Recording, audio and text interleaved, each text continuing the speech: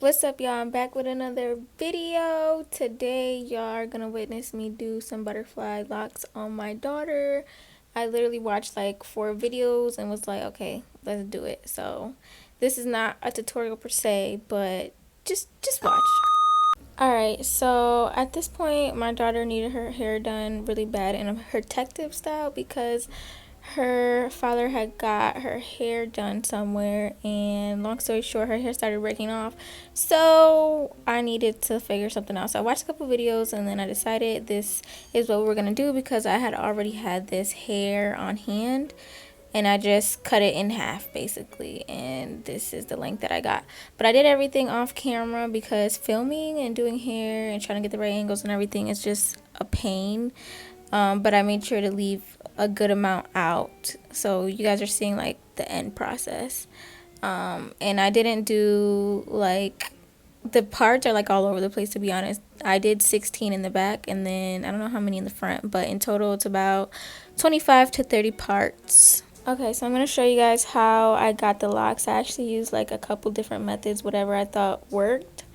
And I came to the conclusion, since I kept switching back and forth, that I still don't know what I'm doing. But we're here, and if you're watching this, that means that you're interested and you're inspired and you might want to do it with your child. So anyways, I get the little feeder thingy tool, and then I pull out the hair a little bit longer than her locks because I want to make sure that I have more and not less, just in case it shrinks or something. Like, I'm able to cut some off versus add some more. It's harder. So yeah, so I do that, and then I just start wrapping the hair around, and I start adding product too, to try to make it like more like, I don't know how to describe it, more neat. There we go, more neat and less like crazy, because I know she's gonna make it crazy over time. And I'm not gonna lie, like after twisting, I'm not sure if it's because I feel like I used too many thick parts or grabbed too much of the weave, but some of them unraveled.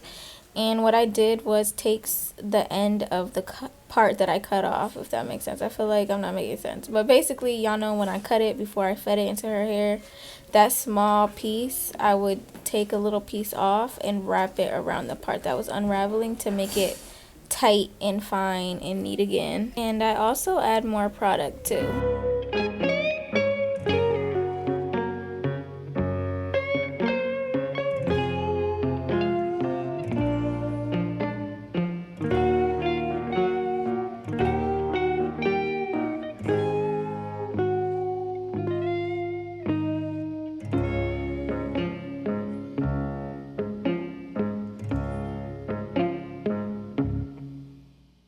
Once I got to the end and I felt like it was just way too thick, I start cutting it to thin it out a little bit. And then once I twisted it to the length of the other locks to make sure they were all even when her hair was down, I just started taking a little piece by piece and start wrapping it back up.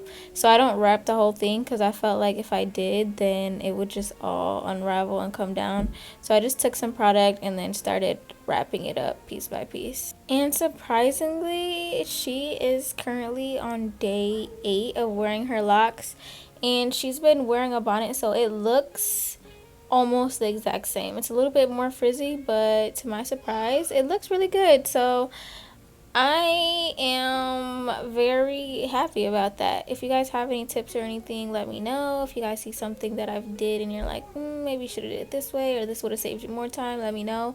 I feel like what would have saved me, I'm talking too fast, what would have saved me more time is if I had the correct length. So like if I didn't have to cut any off, I think that would have made it easier. But also, you guys don't need to braid hair before. Like, you don't have to know how to braid hair. You could have easily just twisted the natural hair and then wrap the weave around that hair. So after I'm done and I felt like it unraveled a little bit, I'll just ravel it a little bit more. And as you can see, the lock is just a little bit thicker than her natural hair, which I like. I didn't want it to be like super thick, but they did get a little bit thick over time, so they slowly start unraveling.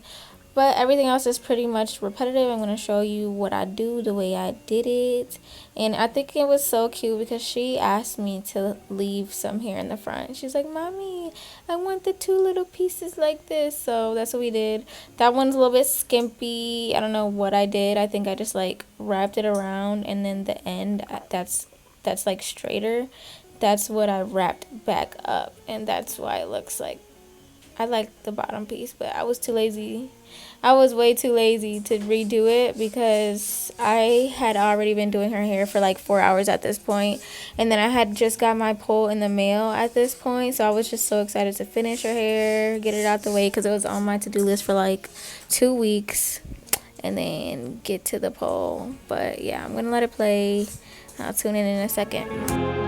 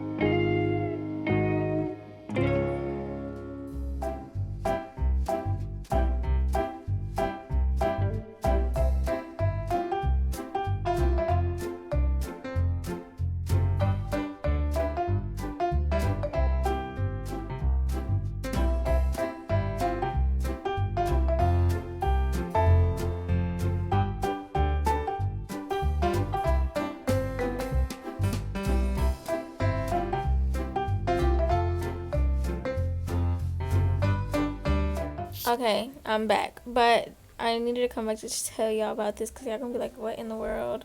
But I had washed her hair and scrubbed her scalp twice, and I noticed that she has really bad dandruff still, and I feel like it's product buildup from wherever she went to get her hair done. And I was just so disappointed because since she turned 1, she finally grew her hair out, and I was finally able to start doing it. So me being like really big on curly hair myself, I always try to use like the best products, no heat on her hair at all. And so like, her getting her hair done by a stylist, and then like now her hair is breaking, and then I find out that heat's being used, or she got to like pressure, what is it called, stress bumps and stuff like that, like just threw me off. So this is just me like taking out all the dandruff manually so I don't have to keep washing her hair because I was already halfway done at this point. But then I'm putting the product on to make sure it's flat. As you can see, there's a little bit of dandruff, but I flaked them all off eventually. And then I did like a little crown thing in the back. I thought it was gonna be cute, but the style of the locks, like, I just didn't think they were that cute, so I put it behind her head so it could look like a little, what do they call it, like a little crown. Wasn't the cutest. I had plans on like decorating them, but I ended up getting lazy and I never did it. But yeah, I just didn't want it to be super bulky because locks already are pretty bulky. I didn't want anything in her face, because I know hair in my face bothers me. And then she's wild. She'll keep pushing her head back too. I think it bothers her too. So that's what I came up with. If I did this again, I would definitely do a different style in the front. Maybe like, I originally wanted to do cornrows, but I thought that would be weird because those are braids, and then there's no braids showing in this style. So I was trying to make it make sense.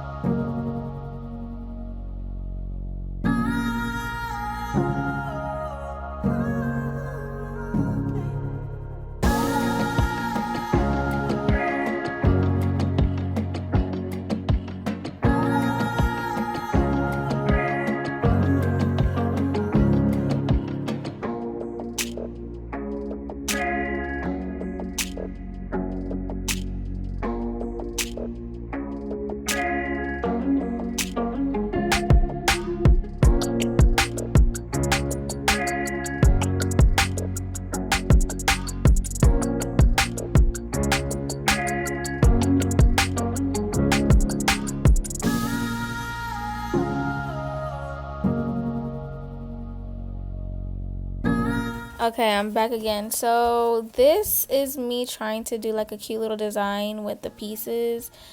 And I didn't have like anything much in mind when I was doing this. I was just kind of doing it. So I'm just trying to mimic the other side and some it was kind of a hot mess. I'm not even gonna lie to you. But I made it work. We gonna make it work every time. You feel me?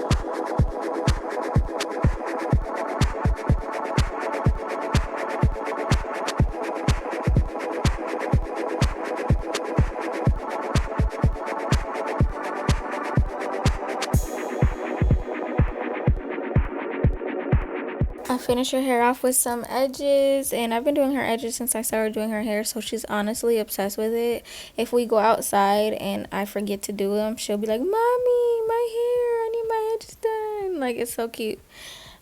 Definitely high maintenance already, but I told her to look in the mirror, and as you could see, she loves it. She loved it. She is obsessed with getting her hair done. If she gets her hair taken down and I haven't done it for a while, she'll literally bother me until I give in, and I'm like, okay, I got you.